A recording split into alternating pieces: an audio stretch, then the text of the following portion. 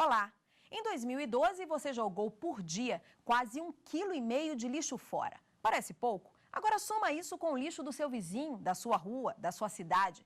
Foram e continuam sendo milhões de toneladas de resíduos sólidos produzidos no país todos os anos. O Meio Ambiente por Inteiro desta semana, que começa agora, faz a pergunta: você sabe para onde vai o lixo que você produz e o que acontece com ele depois que sai da sua casa? Valdenice, ou melhor, Nice, como gosta de ser chamada, é empregada doméstica há 4 meses nesta casa no Distrito Federal. O trabalho começa cedo. Logo pela manhã, ela prepara o café e o que sobra e já não tem utilidade é separado. Lixo seco num lugar, lixo orgânico em outro. Durante o dia, o mesmo procedimento se repete. Vou fazer um suquinho, descasco alguma fruta, né? Aí coloco as cascas num saquinho verde, né? Então, à tarde a mesma coisa. Aí eu pego as cascas das verduras, fruta. Então, faço o mesmo processo no saco. Aí eu vou recolhendo os outros, né? Tipo, no outro saco, os papéis, plástico. Aí coloco no saco, aí recolho. Aí coloco tudo lá no lixo. Lixo seco, orgânico e até de jardim. Isso mesmo. As folhas, gramas e frutas velhas recebem especial atenção. São descartadas neste saco preto para facilitar na identificação do material. A patroa da Nice, a Raquel, conta como começou a iniciativa. Minha mãe é engenheira florestal e ela trabalha com o meio ambiente, ela sempre teve essa preocupação. Também já trabalhei com uma professora que trabalha com crianças que eram do lixão. Então, assim, eu sempre tive um olhar mais atento em relação a isso, né? A separação de lixo. Apesar desse cuidado com a separação e identificação correta, Raquel reclama. De acordo com ela, a empresa que recolhe os lixos não faz a coleta seletiva. Todo o material é prensado, ou seja, o esforço da Nice não é tão aproveitado como ela desejava. O caminhão que passa aqui é o mesmo caminhão né, que leva o lixo misturado. Então, assim, eu acho que é uma questão mesmo, aquele trabalho do Beija-Flor, tentando apagar o incêndio da floresta, a gente faz a nossa parte. Levamos a reclamação da Raquel para o supervisor de coleta da empresa que recolhe os resíduos, no Distrito Federal. Ele explicou: a coleta seletiva é feita em apenas alguns pontos. A coleta seletiva hoje ela existe só na Asa Sul e Asa Norte, e o Cruzeiro Velho. Esses são os 3 lugares que nós havemos coleta seletiva, já hoje. Os outros demais lugares não tem ainda, não foi implantado dentro da coleta seletiva. Se fosse separado devidamente, seria mais fácil, né? Haveria 2 caminhões, um de lixo seco e um de lixo molhado. Hoje o nosso maior problema é esse. Hoje 90% do lixo hoje é orgânico. O lixo que a Nice descarta todos os dias é recolhido por uma das empresas que presta o serviço de limpeza urbana do Distrito Federal. O trabalho é feito em 17 cidades aqui da região. Todo o material que é recolhido tem como destino final este aterro sanitário que fica a aproximadamente 15 quilômetros de Brasília. O lixão a céu aberto é considerado o maior em operação da América Latina. Todo o lixo vem para cá, todos. Esse lixo aqui é o que for aproveitado aqui, como você está vendo as cooperativas aqui em cima. O restante fica todo aqui embaixo, onde vai ser todo compactado embaixo.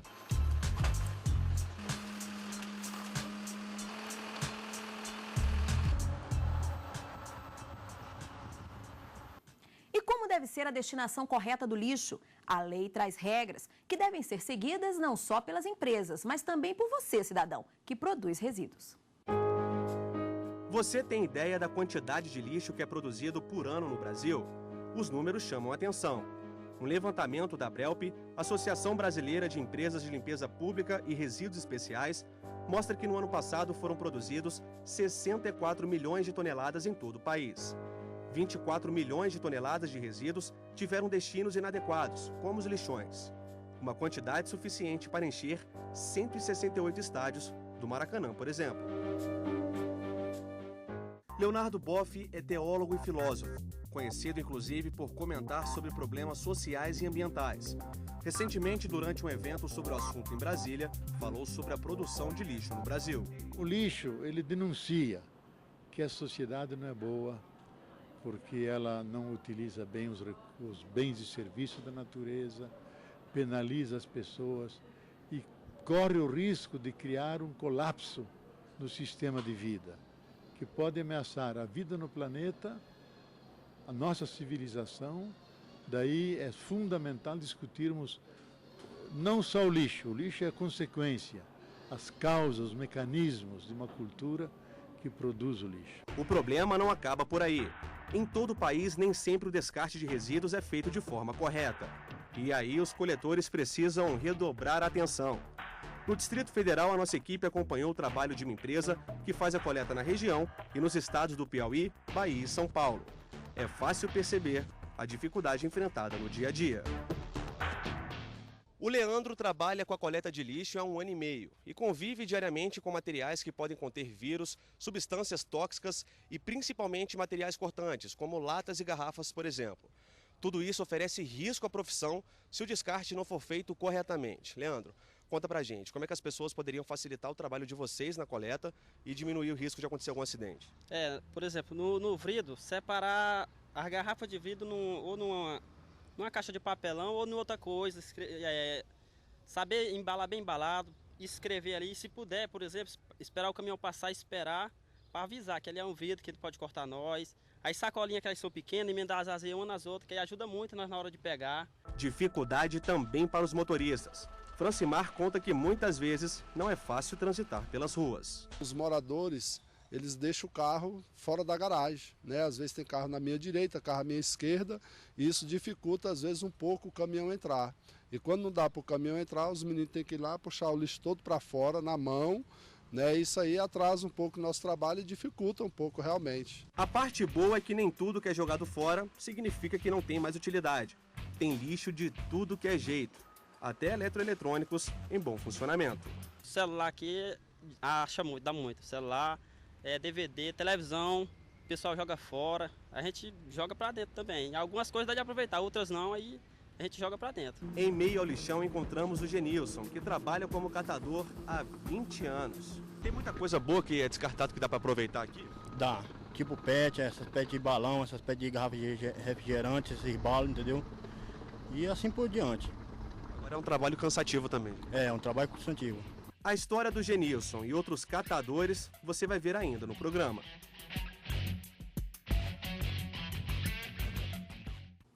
Mas tem como diminuir a quantidade de lixo. Uma forma é reaproveitá-lo.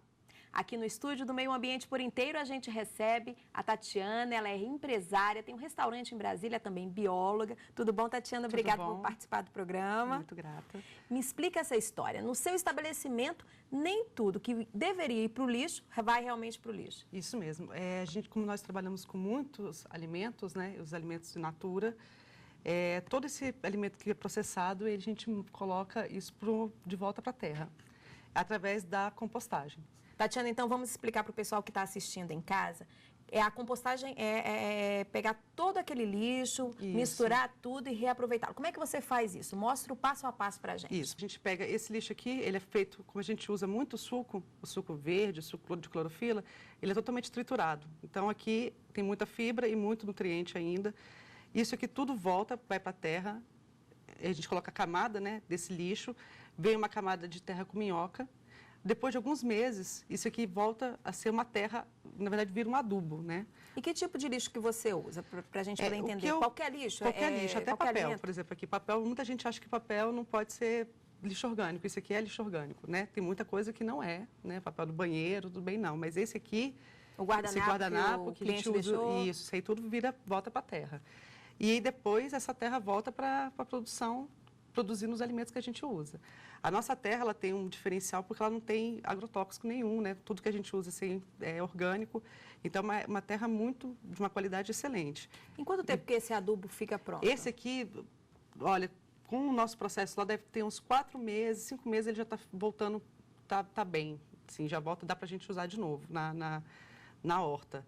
Né? Aqui está bem no meio do processo, ainda tem muito galho, mas você pode perceber que você não está sentindo cheiro de lixo nenhum aqui. Pois tem essa história de que a compostagem não tem mau cheiro, né? Por ao contrário, o cheiro dela é cheiro de terra molhada mesmo, né? Então, não acontece isso. A gente não usa carne lá também, então também é uma vantagem em relação a isso. Mas pode ser usado ou não? Pode ser usado. Só que como todo mundo desse grupo é vegetariano, então a gente não tem esse problema da carne. E também dessa questão dos alimentos já serem orgânicos também. Então, a terra, ela volta, a gente entra dentro do ciclo. O que está acontecendo lá, Daiane, inclusive seria bom deixar aqui, é que a nossa produção da loja ela é muito grande. Então, a gente não está dando conta de fazer esse tanto de compostagem. Quanto que você produz de lixo? Tem ideia? Já fez um cálculo? Olha, agora está saindo de 50 litros a 80 litros por dia. E quanto que você consegue reaproveitar?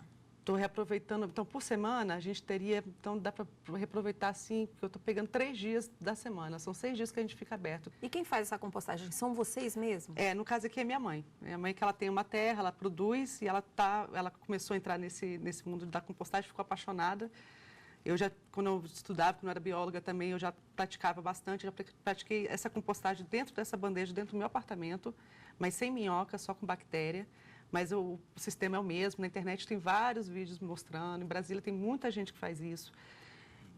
E você pode fazer dentro de casa, dependendo da sua produção, né? Você pode fazer isso. Pode ser feito em qualquer recipiente? A gente vê que é uma vasilha normal, um plástico, essa aqui, né? eu trouxe mais para demonstrar, mas você pode fazer. Essa aqui, você pode colocar umas 3 dessas dentro de apartamento, dentro do seu apartamento, não sei quanto você produz, né? Se você mora sozinha, 2 a 3 bandejinhas dessa aqui para você dar certo. Tem um pouquinho de terra, aí você começa com a terra, o seu alimento, sempre triturar bem o alimento, né, para facilitar o processo de decomposição.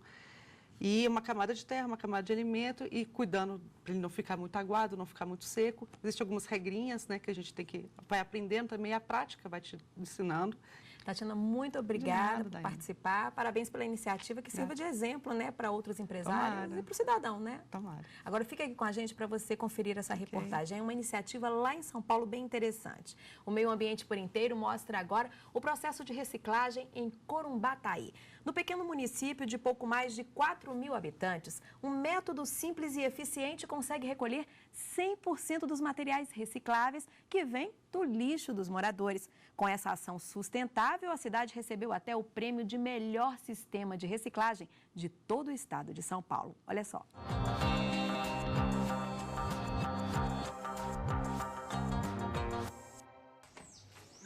Toda terça-feira, Dona Benedita segue o mesmo ritual. O material reciclável é colocado em um saco de ráfia e deixado ao lado do portão.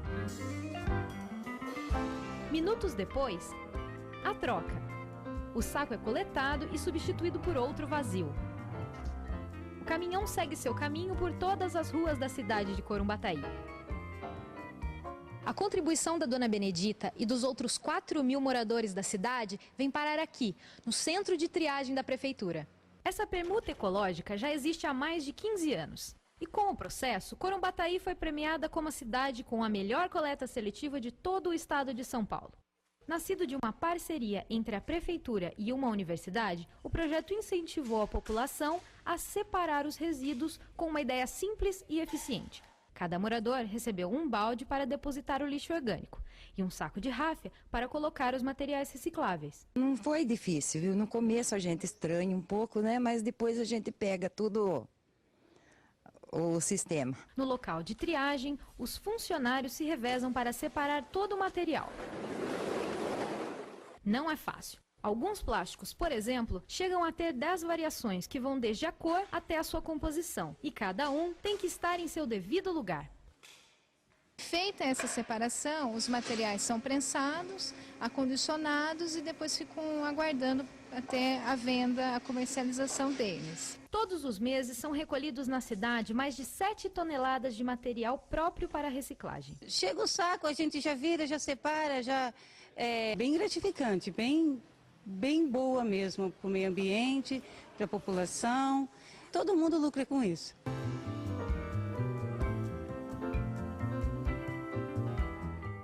E no próximo bloco, uma conversa com o advogado Adalberto Pinheiro. Ele vai falar sobre a lei que trata da destinação do lixo no Brasil, do serviço de limpeza urbana e o que fazem os outros países com relação a esse assunto. Tudo isso e muito mais daqui a pouco. E o Meio Ambiente por Inteiro está de volta. A gente conversa agora com o advogado Adalberto Pinheiro. Doutor Adalberto, obrigado por participar, trazer informações. Agradeço o convite. Antes de falar em lei, uma curiosidade. O senhor produz muito lixo? Produzo sim, procuro realizar a coleta seletiva, mas efetivamente produzo. Acaba que é uma questão de hábito, né? Se a gente não fizer todo dia... Justamente. Doutora Adalberto, a política de resíduos sólidos, ela traz alguma coisa com relação à penalidade para quem larga o lixo de qualquer jeito na rua? Eu saí de casa com meu lixo, mas não botei na sacolinha, joguei de qualquer jeito. É crime? É importante quando a gente, por exemplo, faz essa questão dessa reflexão sobre a legislação e o descarte do lixo, compreendê-las num contexto um pouco maior e bastante interessante, que é justamente a assimilação de conceitos da sustentabilidade à própria evolução da legislação ambiental.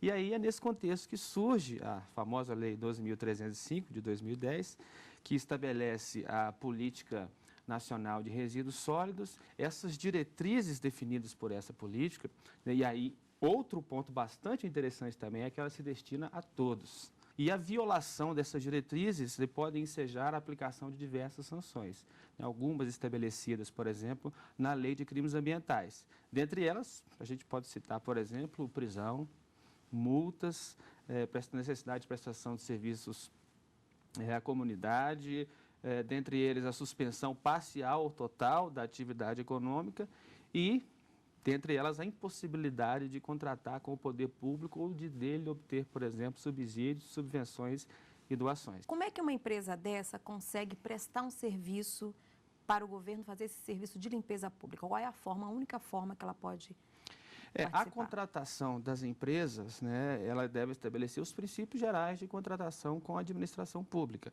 E aí os princípios da lei, da chamada lei de licitações. Por ocasião, por exemplo, dessa contratação é que se definem quais são todas as obrigações de cada uma dessas empresas, se é o serviço de coleta, o serviço de remanejamento, de tratamento. E o que vai definir isso daí é a contratação dia a dia, né, e as necessidades de cada município, estado e ente federado. Quando a gente fala de lixo, não tem como não falar de aterro. A lei diz que até o ano que vem os municípios têm que ter aterros. Como é que está essa situação?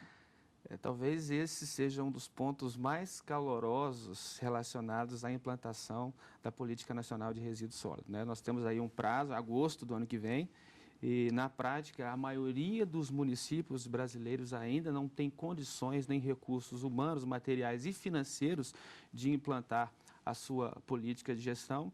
E o que nós vemos na prática aí é que, de fato, os prefeitos têm sofrido uma pressão muito grande nesse sentido. O que a gente percebe é que existe um descompasso entre os prazos estabelecidos pela legislação e o conjunto das políticas públicas necessárias para a implementação. Existem algumas iniciativas muito importantes nesse sentido, como, por exemplo, a formação de consórcios entre municípios para minimizar os custos na implantação e gestão desses aterros sanitários. Agora, o fato que a questão toda é o prazo, a legislação definiu um prazo, e o não cumprimento desse prazo, obviamente, poderá colocar em situação de ilegalidade os municípios que não definirem a sua política de gestão de resíduos, o que implica a imputação, por exemplo, de crimes relacionados na lei de crimes ambientais, a responsabilização do gestor público e, inclusive, a impossibilidade ou a suspensão de repasse do governo federal para os municípios. Doutor Adalberto, agora com relação aos outros países, o que eles têm feito para gerir os resíduos sólidos? Essa é uma questão bastante heterogênea, né? Mas a gente poderia, por exemplo, citar alguns casos, como o próprio Canadá, em que as províncias elas têm autonomia para definição e gestão das suas políticas de resíduo. Existe uma campanha muito forte de conscientização ambiental, já existe uma mobilização da sociedade para a coleta seletiva e, o que é muito importante também, já existe toda a integração de uma cadeia produtiva da reciclagem.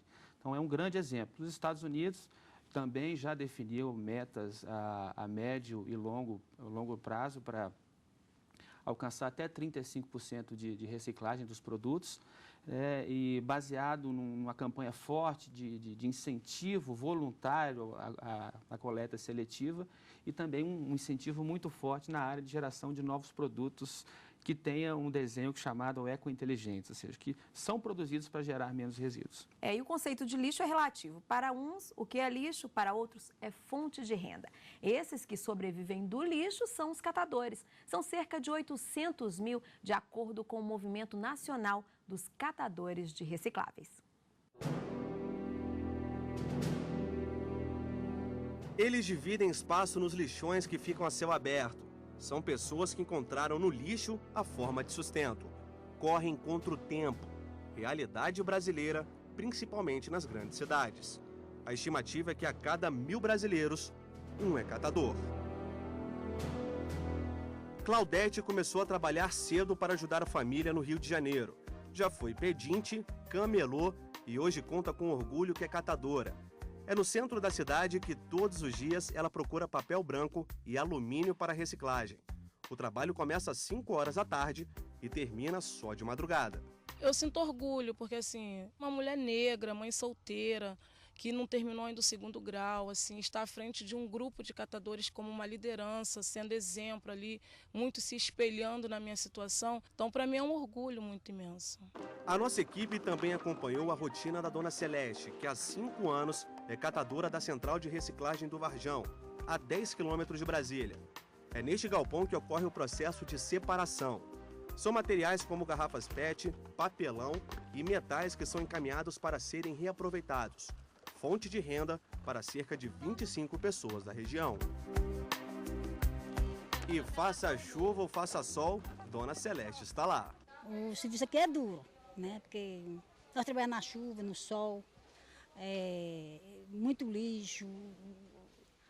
A gente trabalha muito, o material não vem legal, vem todo cheio de sujeira, de qualquer jeito. A gente, um dia desse, a gente implorou para eles mandar separar o material seco, molhado, vem tudo misturado, não tem jeito. Os catadores são classificados em 4 categorias. Os trecheiros vivem entre uma cidade e outra e, na maioria das vezes, catam latas para vender e garantir as refeições do dia. Tem os individuais que também trabalham sozinhos, mas não tem lugar fixo para catar os materiais. Os que trabalham em lixões recolhem o material durante o dia. Cada um determina o horário de trabalho. E por último, tem os catadores organizados. Eles fazem parte de cooperativas e associações, grande parte com direitos trabalhistas. Dorival representa Santa Catarina no Movimento Nacional de Catadores de Materiais Recicláveis. Ele explica que em todo o país, a maior dificuldade da profissão ainda é a estrutura precária e a falta de incentivo do poder público. Hoje, se perguntarem para mim se nós temos condições de triar todo o material, eu posso responder para você, se tiver estrutura e tiver uma educação ambiental a nível nacional, nós podemos trabalhar sim com todo o material reciclável, mas ainda falta muito trabalho ainda da parte do governo municipal, né, com essa educação ambiental. Em meio às dificuldades, a atividade vira inspiração de Dona Dalvaneira. Cada dia se transforma num verso, cada estrofe conta a história de vida. E o verde que é a cor da esperança, essa gente bota, vrido que se lança. Reciclando é bom, reciclando é prático, na cor vermelha, somente coloca pra chuchar dos catadores. A Lei de Resíduos Sólidos fala dos catadores? Principalmente em países em desenvolvimento, as cooperativas de catadores, por exemplo, têm um papel fundamental nesse contexto. E aí também nos traz outras questões relacionadas à necessidade, inclusive, de regulamentação dessa toda atividade. Então, são desafios que são trazidos, né, e que, de uma certa forma, também projetam seus efeitos sobre essas formas de organização da sociedade para que essa política seja efetivamente harmoniosa. O senhor já ouviu falar no Sebastião Carlos dos Santos? Ah, sim, o catador que virou celebridade. Exatamente, ele era anônimo, ficou famoso depois que virou um dos protagonistas de um documentário. E o Sebastião, conhecido hoje como Tião dos Santos, participa agora do programa Meio Ambiente por Inteiro, numa entrevista exclusiva em que ele conta a história dos catadores no Rio de Janeiro. Eu sou o 7º de uma família de 8. No começo, meu papel era sair do colégio, pegava de 7 da manhã a 11.